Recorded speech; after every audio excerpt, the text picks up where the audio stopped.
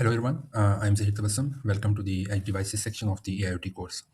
Basically, in this video, I will demonstrate how to flash Raspberry Pi operating system onto an SD card using Raspberry Pi Imager. I know most of you already have experience with this, but my main purpose today is to show how to configure a known Wi-Fi network and set up Raspberry Pi Connect. So basically, after that, you can access the full remote desktop GUI on the very first boot. So for that purpose, you first of all have to download and open the RPI Imager. And once you have, as I already have,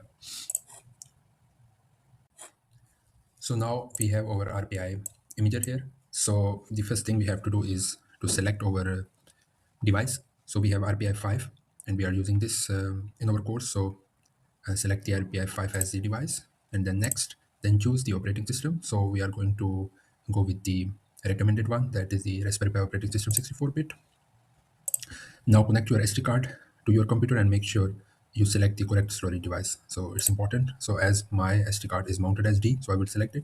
Then next, then the host name. So I will go with the IoT. So you can change whatever you want. Then the time zone and then the username and password. So I will go with the,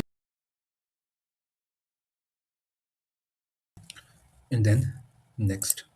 So here we have to configure the Wi-Fi. So I will recommend turn on your laptop hotspot or mobile hotspot. So I'm going to use my laptop mobile hotspot. So here is the name and the password. So I will use this one. So now I have my password and the SSID of the Wi-Fi. Then you have to enable the SSH, and then this is important. You also have to enable the Raspberry Pi Connect.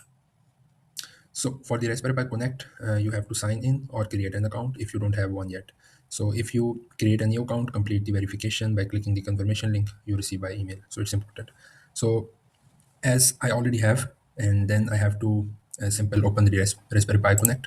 So once I connect this one, so I will create authentication key. So when I click on this one, so it will say open Raspberry Pi imager callback relay, and then you will see I just received the authentication token. Once I have this one, so it will basically connect this Pi operating system with this account. Okay, so then you have to do next, and now you are ready to write.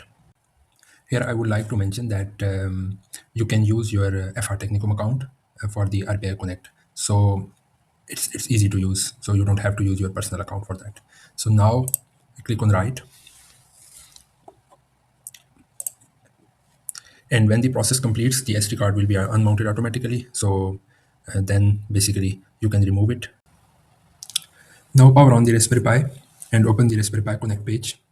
You have to sign in, and then your device should appear there once it comes online. In my experience, it can take a bit of time, and I had to restart my Raspberry Pi twice before it showed up. I did not use HDMI or any external display.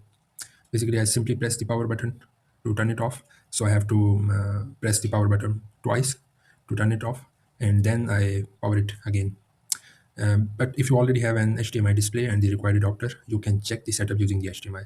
But be careful in classroom, you should access the Raspberry Pi remotely using the RPI Connect or VNC if you want to connect via VNC. I don't know, it's your preferences. And then once the device appears here, and you can connect and access the remote desktop. So you only have to go to the connect via screen sharing, and now you can see your RPI is here. Please note that at university, you can configure the ED-ROM using a serial communication method, as Professor Thomas taught you in the IoT lecture. And for the first class, I expect everyone to have full remote desktop GUI access to the Raspberry Pi 5. And then see you in the in-person session.